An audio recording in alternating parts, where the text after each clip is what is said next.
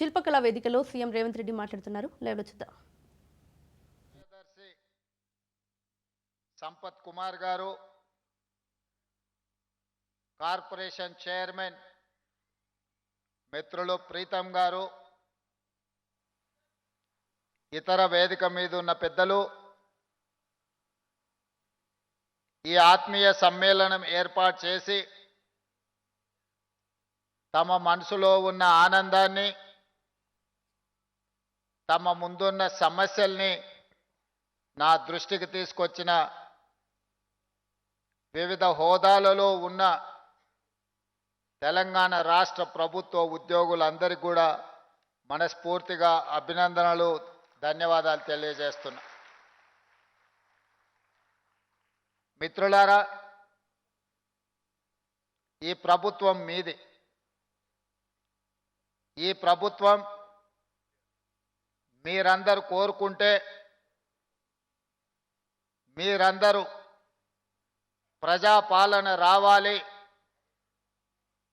ప్రజల జీవితాలలో మార్పు రావాలి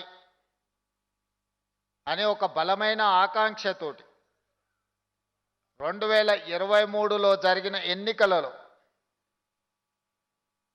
మీరు కష్టపడి ప్రభుత్వాన్ని తెచ్చుకున్నారు.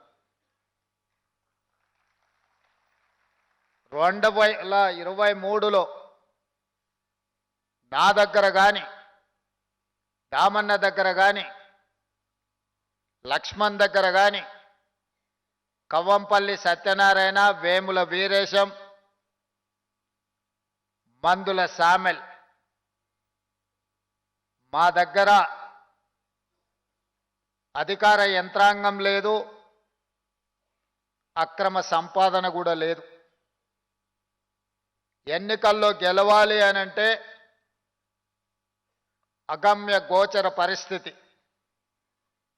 అక్రమ కేసులు, అక్రమ సంపాదనతో ఆధిపత్యాన్ని చెలాయిస్తున్న వాళ్ళు ఒకవైపు, ఏ విధంగా అయినా సరే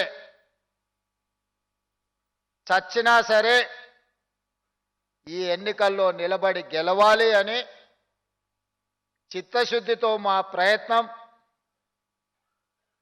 మా ప్రయత్నానికి మీరందరూ అండగా నిలబడితే ఈ ప్రజాపాలన, ఈ ప్రభుత్వం ఏర్పడ్డది. మాటలతోనో మూటలతోనో గెలిచే పని అయితే 2023 నాడు మేము గెలిచి ఉండే వాళ్ళం కాదు. కమిట్మెంట్తో, చిత్తశుద్ధితో ప్రజా సమస్యల్ని పరిష్కరించాలన్న ఆలోచనతో ప్రజల ముందుకు వచ్చినాం కాబట్టే ప్రజాపాలన ఏర్పడ్డది. ఆ ప్రభుత్వం కొన్ని సమస్యలకు శాశ్వత పరిష్కారాన్ని చూపించింది. ఈనాడు మీరందరూ దామన్న 60 సంవత్సరాల సమస్యని, పెద్దలు కడియం శ్రీహరి గారు మొదటి నుంచి సమస్య పోరాటం ఉధృతం అయినప్పటి నుంచి చట్టసభలో ఇది ఆమోదించినంత వరకు ప్రజా జీవితంలో వారు వివిధ హోదాలలో, వివిధ బాధ్యతలో సజీవ సాక్షిగా నిలబడి గల్లీ నుంచి ఢిల్లీ వరకు మీరు పోరాటాలు చేసి మీ జాతి యొక్క లక్ష్యాన్ని సాధించడానికి వేలాది మంది కేసుల్లో ఇరుక్కున్నారు. కొంతమంది పిల్లల ప్రాణాలు కూడా పోయినాయి.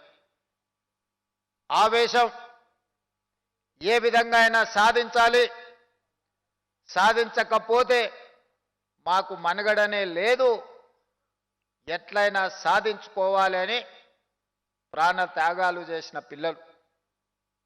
ఎన్నో చిక్కుముళ్ళు, ఎన్నో కమిషన్లు ఇచ్చే నివేదికల మీద తర్జనలు భర్జనలు. ఏదైనా ఒక ఆదేశం వస్తే అది న్యాయస్థానం ముందు సమీక్షకు పెట్టి ఏదో ఒక రకంగా 2 అడుగులు ముందుకేస్తే 4 అడుగులకు వెనక్కేసే పరిస్థితిలో మీరందరూ ఉన్నారు.